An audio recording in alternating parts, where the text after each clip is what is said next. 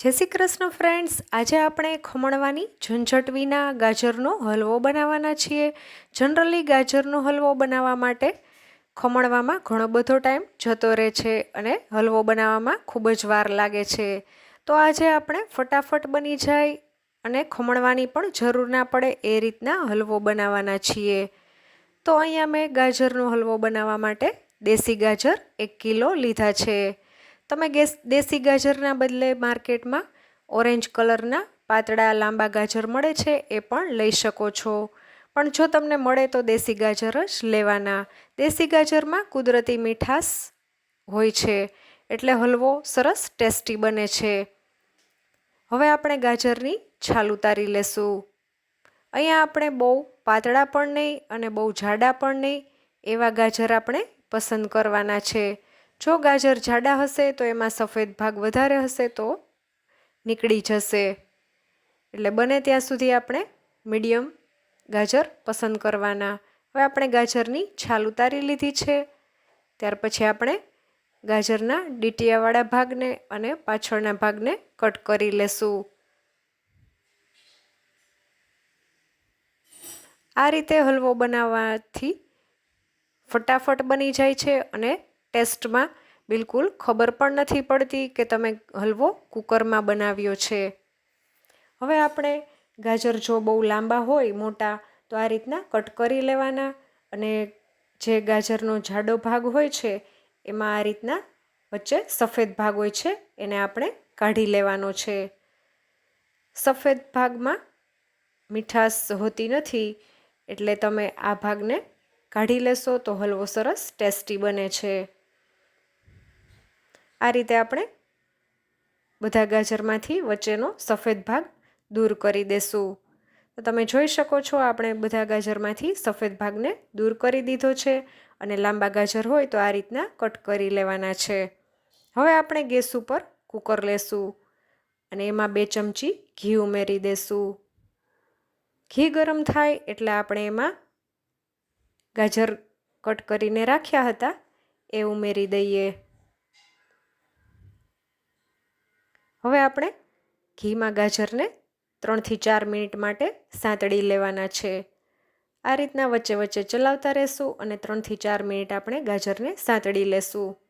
આ રીતના ઘીમાં ગાજરને સાંતળીને હલવો બનાવવાથી હલવો સરસ ટેસ્ટમાં મીઠો બને છે. અને અહીંયા આપણે ખમણવાનો ટાઈમ પણ બચી જાય છે, એટલે ફટાફટ બની જાય છે. 3 થી 4 મિનિટ થઈ ગઈ છે. હવે આપણે એમાં પાણી ઉમેર્યા વિના કુકરનું ઢાંકણ બંધ કરી અને એમનેમ જ મીડિયમ ગેસ ઉપર 2 વિસલ થવા દેવાની છે.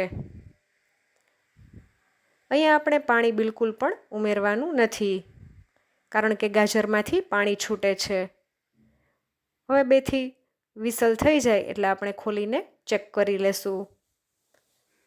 ચમચાથી આ રીતના ખૂંચાડીને ચેક કરી લેશું તો ગાજર સરસ બફાઈ ગયા છે, તમે જોઈ શકો છો. અને અહીંયા આપણે પાણીનો ઉપયોગ નથી કર્યો એટલે હલવો ટેસ્ટમાં પણ સરસ લાગશે. હવે આપણે ગેસ ચાલુ કરી એમાં 1/2 લીટર ફેટવાળું દૂધ ઉમેરી દેશું. મેં અહીંયા અમૂલ ગોલ્ડ દૂધ લીધું છે, તમે બીજું કોઈ પણ ફેટવાળું દૂધ લઈ શકો છો.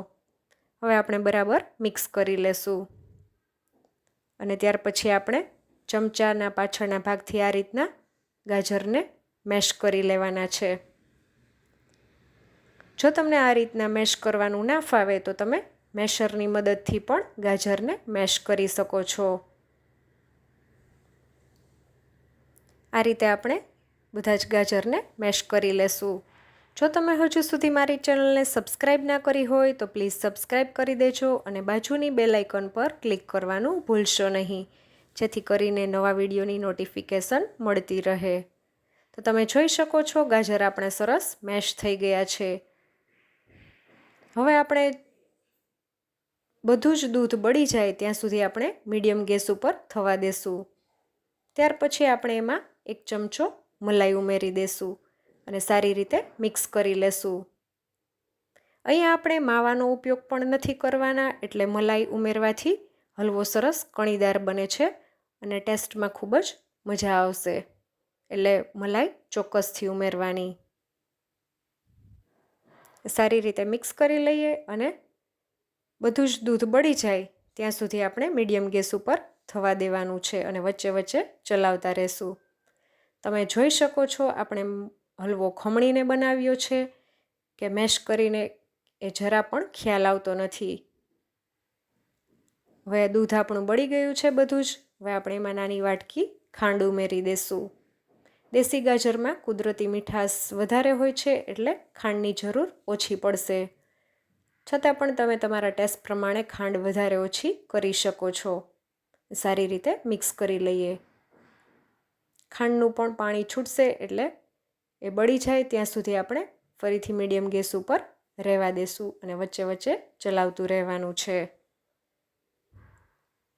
અહીંયા આપણે ફૂડ કલરનો પણ ઉપયોગ નથી કર્યો, પણ જો તમારે બહાર જેવો હલવાનો કલર જોઈતો હોય તો તમે એમાં ઓરેન્જ ફૂડ કલર આવે છે એ ઉમેરી શકો છો. હવે હલવો આપણો તૈયાર થઈ ગયો છે તો હવે આપણે એમાં કટ કરેલા કાજુ અને બદામ ઉમેરીને મિક્સ કરી લેશું. તમે અહીંયા કાજુ અને બદામને ઘીમાં રોસ્ટ કરીને પણ ઉમેરી શકો છો. ખૂબ જ ટેસ્ટી લાગે છે. તો હલવો આપણો તૈયાર થઈ ગયો છે. હવે આપણે સર્વિંગ બાઉલમાં ગરમા ગરમ સર્વ કરી દઈએ. ફરી મળીશું નવા વિડીયો સાથે. ત્યાં સુધી આવજો. જો તમને મારો વિડીયો ગમ્યો હોય તો ફ્રેન્ડ્સ સાથે શેર કરજો, લાઈક કરજો અને કમેન્ટ કરવાનું ના ભૂલતા. Thanks for watching.